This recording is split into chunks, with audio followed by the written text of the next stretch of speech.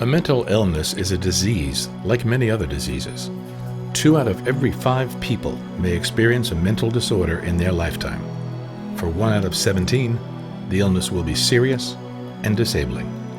Today, however, modern treatment, medicine, and therapy can produce excellent outcomes, especially with early diagnosis and intervention.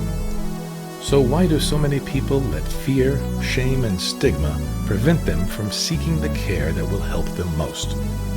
Queens Public Television will explore these issues and more in this series, Understanding Mental Illness. We often view the teenage years as filled with excitement and happiness, yet one teenager in 12 has attempted suicide. Dr. Victor Fornari treats young people who exhibit self-destructive behaviors. When people think about mental illness, they don't think about children and adolescents. They think about young adults, middle-aged folks, older adults, when the reality is what we've come to understand is that childhood as a carefree, happy time is mythical. And actually, a high percentage of young people struggle with a variety of behavioral and emotional disturbances that really deserve professional attention. And the current figures are maybe 1 in 5 young people will meet criteria for at least one psychiatric disorder before the age of 18. Because I don't know how I'm still here. I think it's the grace of God that I'm here. Because that was a bumpy ride. These 10 years that I've had as a mentally ill person, nobody knows what a mentally ill person goes through. And talk about the mental illness and how I make fun of it and everything, because I've been through it all. Tried to commit suicide before, unfortunately. Another area of concern is the whole area of substance abuse disorders, substance dependence in adolescents, because those diagnoses also are considered risk factors for suicide. And when I talk about substances, I mean alcohol as well. A real cause for alarm, for example, is a child who's starting to get more depressed. He has a stress, and he then also drinks alcohol, which lowers his threshold, makes him more impulsive, has an impact on his judgment, and then you ultimately end up in a situation that's highly volatile with the potential for suicide. Well, the concern is that the younger the individual engages in alcohol and drug abuse, the more serious the problem can be. And oftentimes the young person who's first experimenting and then engaging in regular alcohol or drug use has histories of family history of substance use, a family history of mental illness. These children may have been victims of some form of maltreatment.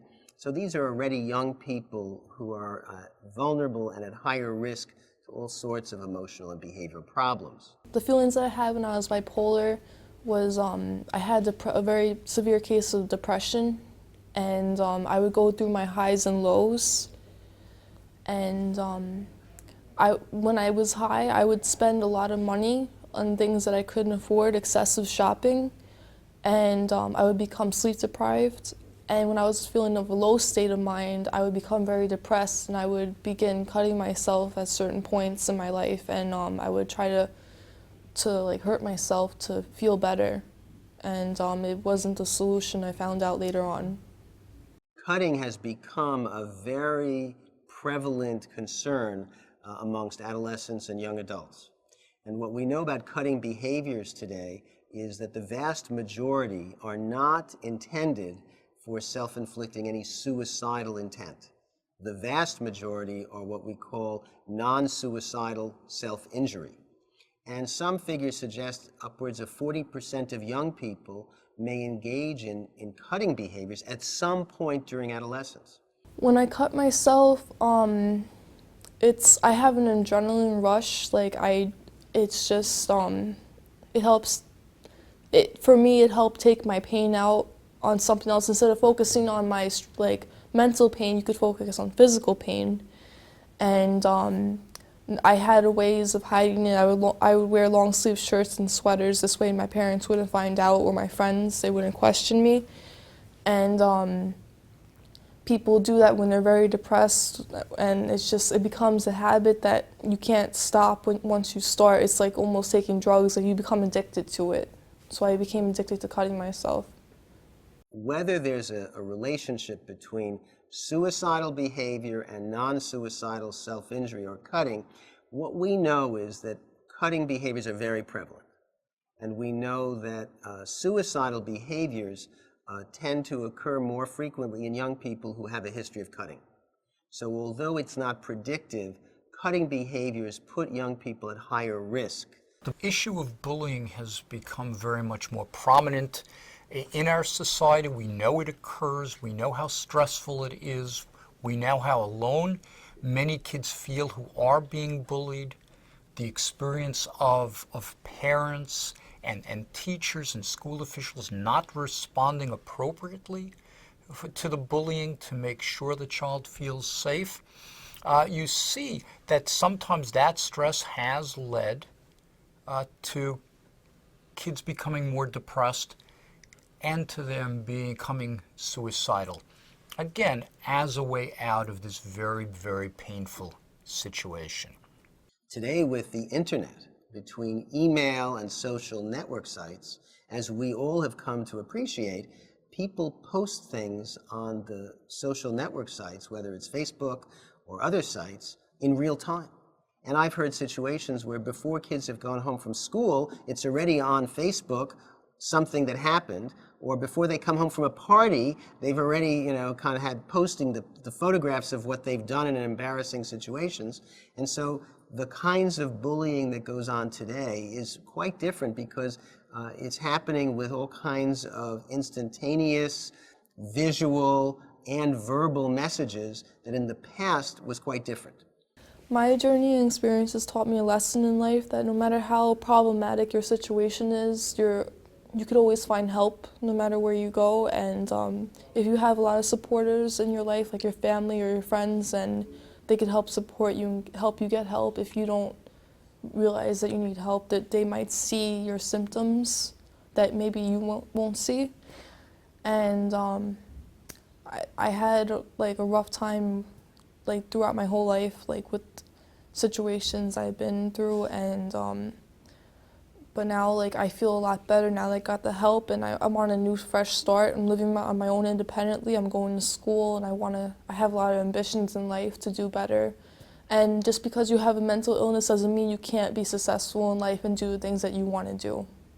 Tremendous changes in their bodies and new psychological stresses can produce problems for pregnant women who need medication.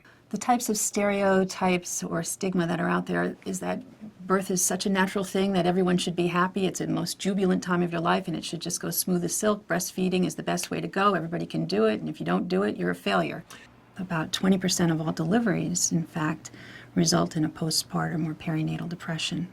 Women who come to us who already are on medication, that's a great source of consultation for us, both from community reference and women in our own center here who have pre-existing psychiatric illness and are taking either antidepressants, antipsychotics, or anxiolytics, the benzodiazepines like Valium or a medication like that.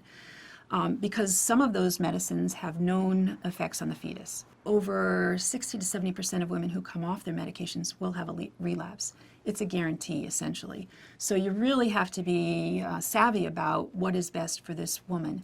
And if it's essential that she take medicine, we really try to reduce her sense of, oh no, I'm doing something wrong if I take medicine, because for that woman who needs medicine, you want her to take her medication because the consequences of her not doing so are great for her and for the baby. What happens if she goes off the medicine? If she becomes suicidal, that's not great. I mean, that's not something we're going to do. So that woman would be guided to remain on her medication, but we might adjust the medicines to reduce the impact on the fetus using medicines with a larger safety profile, if possible. A normal pregnancy, women walking around outside who are not taking medications have a standard rate of 2 to 4% fetal malformation. So 100 women in a theater, 2 to 4 of those women will have some kind of malformation in their baby. It could be little, like web fingers or toes, to a larger cardiovascular or GI effect for the baby or a brain effect for the baby. So I try to tell women that's the baseline for anybody, just genetic risk, environmental risk, whatever, it's 2 to 4%. If you're on these medicines, which have different levels of risk, it is a smidgen greater.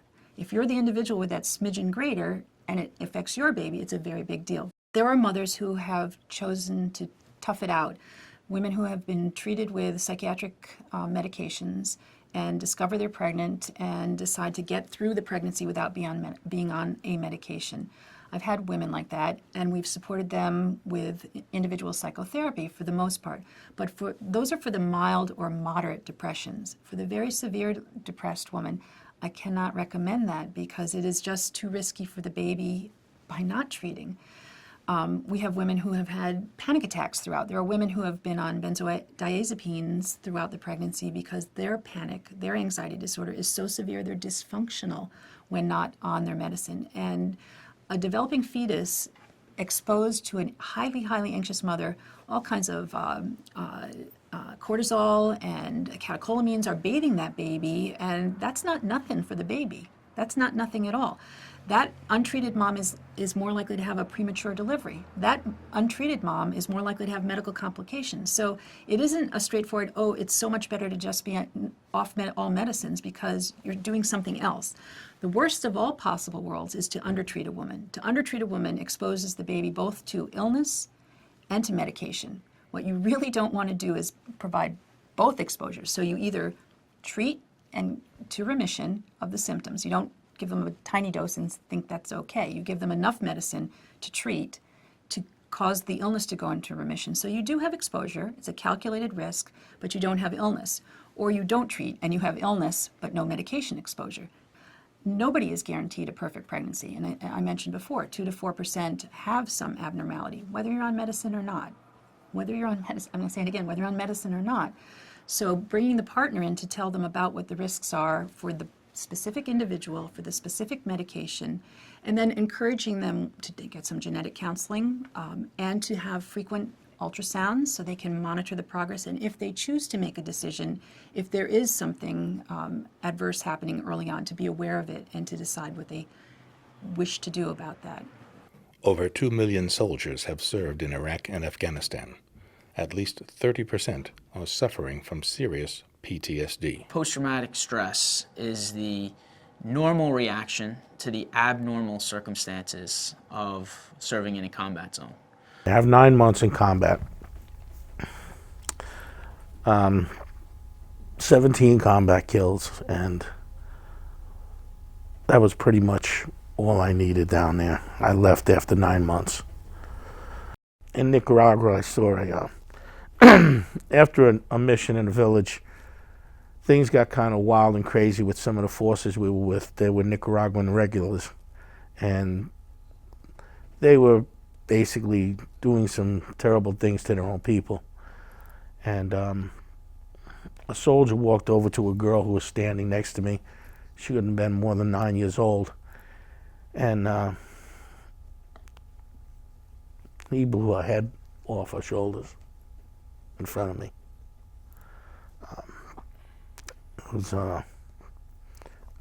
I couldn't help but to think of my own daughter, my children, when I saw that. And it was something that stuck with me the rest of my life. From that point on, my life sort of spun out of control. I'm also a survivor of believe it or not, the 1989 earthquake in San Francisco or Oakland area when they shut down the World Series. I survived that as well. And finally coming back to New York, I'm a first responder and survivor of the World Trade Center attacks. At that time I was working in a bricklayers union. I was committing crime to support the medication or the drugs I was using to suppress the symptoms I had. Somebody that's self-medicating is going down the wrong path, and it can kind of only get worse. You're not helping yourself heal. You're sort of going to be covering up a wound that is there, and it's going to fester. I was at a point when I finally fell or went down 90 days without any sleep, just cat naps. My eyes were completely blackened underneath. My wife had to actually put makeup on my eyes so my boss wouldn't notice these, the way I looked. I had completely went out of control with the self-medication. Trying to hold a job while dealing with the symptoms of post-traumatic stress disorder was impossible. And it ended up, I was incarcerated in a New York State prison for a period of almost 9 years. Most of my family had been deceased, and 2 of my sons died during incarceration. I've lost several family members. I did almost 9 years in prison. And there was a doctor, his name was Donald Chase. And when I first was incarcerated, he was a Vietnam veteran.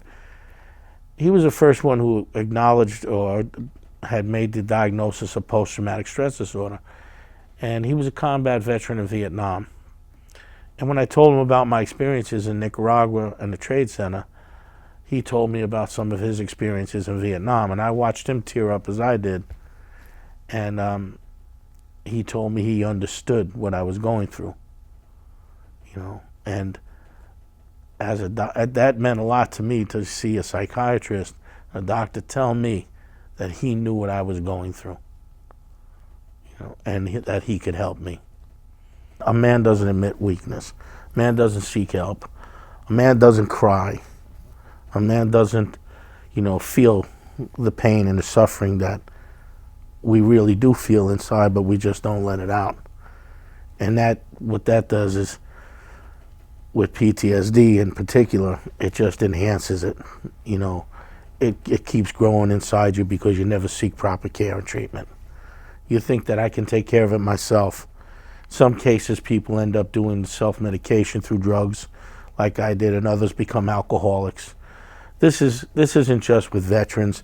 You see it a lot with police officers who retire. You see with firemen, individuals who have always putting their life on the line to save people. I'm coming home with a mental illness and a prior conviction for a violent offense. So they're telling the community, this guy's no good. You shouldn't have him in your community. He's mentally ill and he had a violent offense. So, the odds are stacked against me coming home. When a family shuns an individual with a mental illness, it sets them back, especially if a person's suffering from major depressive disorder. If you're really depressed and depression has taken a hold of you, it's a terrible thing to live with depression. And I've dealt with depression. So if the people that you love and the people that you really care about, they shun you and they push you to the side, that can only enhance the depression, make it even worse for you. You've done nothing wrong. It's not like you did something wrong because you have a mental illness. It's just a sickness and something that can be treated. And you don't hate your son or your daughter simply because they caught a cold.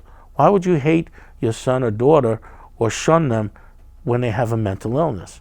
I would be driving along a highway and be thinking about vehicles if they had weapons in them. I would scan hilltops for the silhouette of an enemy, just like I used to do when I served in Iraq. And when I thought about these things, it was upsetting to me. It felt as though I was almost back there at some times. Here's the thing. You learn some survival techniques when you go and serve in a combat zone. And when you come home, it feels very natural to do it over there, and it feels very natural to do it when you're home. Your body learns these techniques, your mind learns these techniques of survival, of driving in the middle of the highway, driving really fast, to be looking for the enemy, to be constantly kind of looking over your shoulder. And it's normal to feel that way over there because that's what keeps you alive. It's hard to just turn that off when you come home. Your body doesn't let you turn it off. Now, when you come home, it makes sense that you're not as much danger, but that unexpected noise or some sort of threat, perhaps somebody cutting you off on the highway, your reaction is hijacked by your mind and by the chemicals that your body releases to help you fight when you're in a combat zone. Well, you're having that same burst of adrenaline when you come home, and you don't need that anymore. You don't, if somebody cuts you off in traffic, it's not the same as somebody, literally, firing a weapon at you from a hillside. Although we can't snap our fingers and make it go away, we can help that injury heal properly and help you get back on living a full life. Our population is rapidly aging, and more people will have to be concerned about depression, dementia, and Alzheimer's disease. Dementia is sort of a large umbrella of cognitive problems, and there are probably at least 150 different reasons for patients to have dementia. In this part of the world, by far, the most common cause for dementia is Alzheimer's disease. Alzheimer's disease has a prevalence of somewhere in the ballpark of 50% of the population is affected after age 85 with Alzheimer's disease. So it's really a public health crisis more than anything else. And if you experience it, everybody has some story of experiencing a family member, someone they know with Alzheimer's. It's so common, it's touched everybody's lives. Alzheimer's disease is a disease of many psychiatric faces. Patients will present to the clinic, to a clinician, with a variety of different behavioral issues. There are patients who will present primarily with a sadness, a dysphoria, an apathy. There are patients who will present with an agitation, an anxiety, a motor restlessness. There are patients who will present with a physical aggression. There are patients who will present with delusions and hallucinations. It's very troubling for caregivers. Patient who comes in accusing a spouse of stealing, of moving the money, of hiding things. Delusions of infidelity are very common. A 50-year marriage and a couple who is in their mid-70s or early 80s, a spouse begins to believe that there's infidelity. These things are very troubling for families. People don't always realize that psychiatric presentations in Alzheimer's disease are the norm, not the exception. This isn't something that you can go on the computer and check off a few symptoms and decide whether you're suffering from this illness. We're getting very good at making a diagnosis of Alzheimer's disease, which has very good sensitivity and specificity, meaning it matches, when we give that diagnosis, we can be pretty confident of what the clinical course is going to be. We're really getting very good at that as clinicians, but it does take a complete workup that involves more than just a couple of questions in the office. It involves ruling out causes of memory impairment that may be reversible, that have nothing to do with Alzheimer's disease, strokes, vitamin deficiencies, metabolic abnormalities, so it involves some laboratory testing and maybe some neuroimaging of the brain. It involves a really good clinical assessment, and in many cases, I think what's most helpful is to refer patients to what's called neuropsychological testing. And that's where we spend a couple hours and do a complete battery of tests to evaluate reasoning, judgment, calculation, language, ability to carry out day-to-day tasks. And those things together enable us to make a very reliable diagnosis.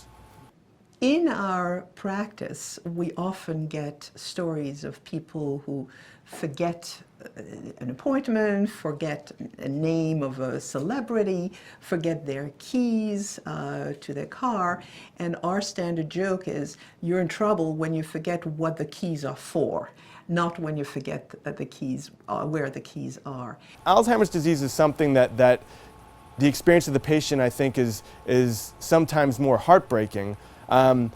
Because in Alzheimer's disease, you have a very insidious, slow progression where a patient that formerly had a role as a spouse, a caregiver, a father, slowly loses their ability to perform the functions that are associated with that role.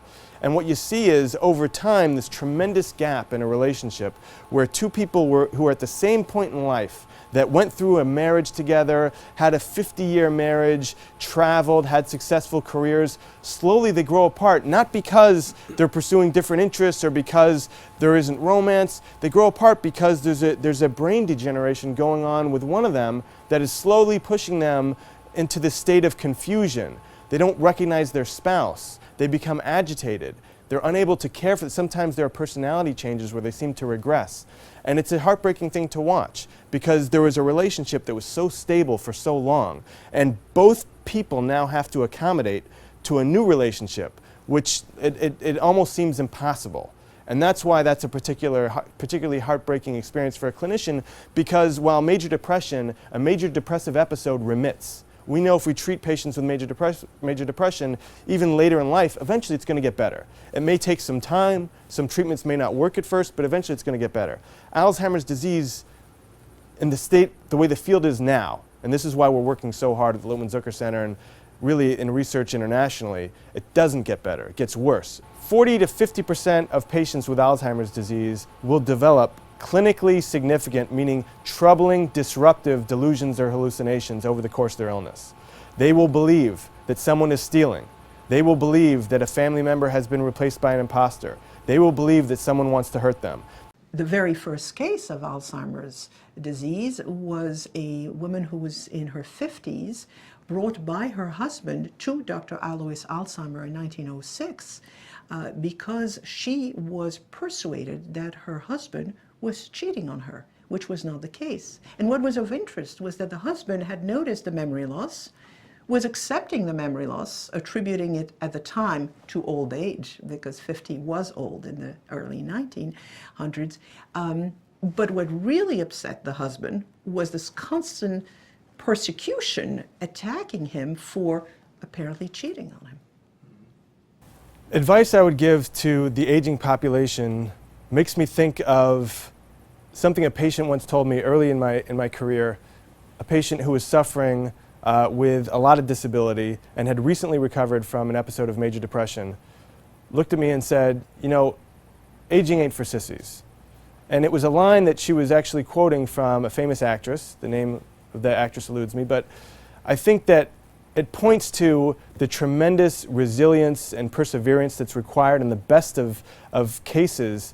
Someone who is advancing in age is going to experience a gradual decline, loss of function, change of role, loss of autonomy. That really is part of life, and unfortunately that's how life is. And it's always amazing to see how resilient people are at dealing with that. Aging is not a taboo. Aging is something we should all aspire at. And we need to make it better, make it accepted, and make it really pleasant for all of us. An artist and advocate for mental illness, Rosie has battled with mental disorder since the age of 14. Nothing to be ashamed of, nothing to be embarrassed about. Part of it could be a chemical imbalance. Part of it could be traumatic things happening in your life that affect you in a negative way. But I am living proof. Like I said, I was hospitalized 17 times, not for the last 10 years, knock on wood. And I'm a very, very happy person. And I want to share, I want people to know you can become more together and more happy and enjoy your life despite mental illness.